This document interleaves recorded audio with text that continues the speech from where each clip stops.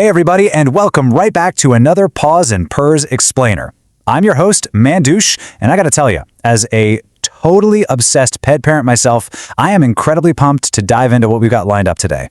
Look, if you spent literally any amount of time scrolling through pet forums, or if you've ever just stood there, totally paralyzed in the pet store aisle, staring at this endless wall of bags and cans, you know exactly what we're tackling today. It's the great pet food dilemma. Every single day, I hear from pet parents who are overwhelmed, a little confused, and honestly, just trying to do the absolute best for their furry best friends. So let's get right into it. I want you to take a second and actually look at your pet's bowl through their eyes. We all want our dogs and cats to live these long, vibrant, super happy lives, right? But figuring out what actually belongs in that bowl, man, that can cause some serious anxiety. On one hand, you've got the ultimate convenience of commercial kibble, and on the flip side, there's this massive, fast-growing movement toward fresh, homemade meals. Getting it wrong can lead to things like low energy, weight gain, or a dull coat. But as you're gonna see, jumping totally blind into a homemade diet can actually trigger some pretty severe hidden nutrient deficiencies. So today we're stripping away all the corporate marketing fluff. I'm breaking down the hard facts about both extremes so we can find a realistic, budget-friendly middle ground.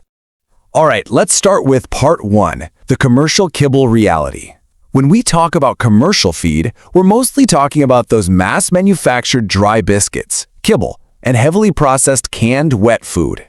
Now look, we gotta be completely fair here and briskly acknowledge the very real benefits of a commercial diet, because honestly, they are significant. Number 1, convenience. It's shelf-stable, super easy to store, and a huge time saver for busy families.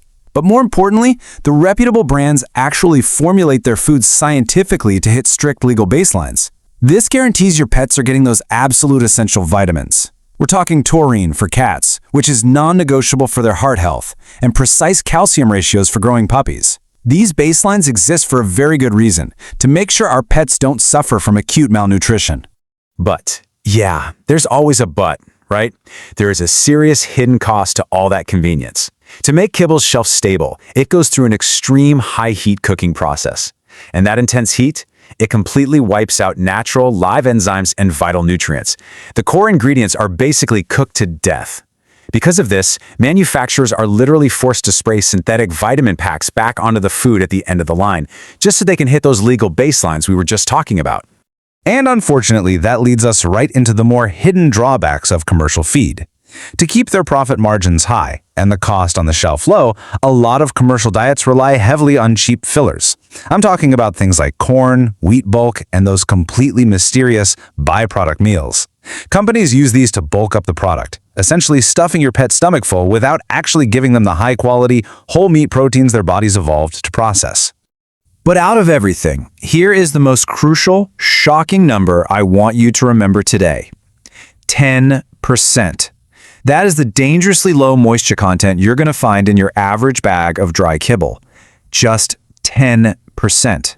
This brings us to a huge issue, something I call the biological moisture crisis. You see, cats and dogs biologically evolved to get the vast majority of their hydration directly from the prey they eat. Their systems just aren't built to efficiently handle a completely dehydrated diet. So feeding them a strictly dry food diet for years on end, it places this massive long-term strain on their kidneys and their whole urinary tract. It is a chronic, slow-burning crisis, and the scary part is, most pet owners have no idea it's even happening until they're suddenly hit with a gigantic vet bill later in their pet's life. So, naturally, that brings us to the totally opposite extreme. Part 2, the homemade diet trap. In direct reaction to how heavily processed kibble is, we've seen this massive surge in the fresh food movement, where people are cooking human-grade meats, veggies, grains, and organs right in their own kitchens. Now, don't get me wrong, the magic of fresh food is absolutely undeniable. You get total quality control. You know exactly what is going into your pet's body. Zero mystery chemicals, zero artificial preservatives, no cheap synthetic fillers. When you use real whole foods like turkey, pumpkin, carrots, eggs, they have incredibly high bioavailability. Basically, your pet's digestive tract absorbs all that good stuff way more efficiently, and the results, they speak for themselves. You get smaller, firmer stools, way better breath, super clean energy, and a coat that just shines. However, and I really need to slow down and put a huge red flag here, I have to issue a serious warning. Fresh food sounds like a total dream, but falling into the nutrient balance trap is incredibly easy and honestly, highly dangerous. If you jump blindly into cooking meals for your pet without doing rigorous scientific research, you can accidentally cause some really severe hidden deficiencies. The single biggest danger zone, it's the calcium to phosphorus ratio. Our pets require a very, very precise mineral balance here. It's not optional. It is absolutely mandatory to prevent severe bone disease and complete metabolic failure. A lot of people think, hey, I'm feeding my dog chicken, rice, and broccoli every single day. They're super healthy. But actually, that diet severely lacks the essential fatty acids and specific organ meats, like liver, that your pet literally needs to survive. On top of that, preparing a perfectly balanced fresh meal takes a massive amount of time, a ton of research, and honestly, a massive grocery budget, especially if you're feeding a large dog. So we're kind of left staring at these two massive extremes. Let's look at them side by side. On the left, commercial kibble gives you amazing convenience, safety baselines, but it brings extreme overprocessing and severe kidney strain from zero moisture.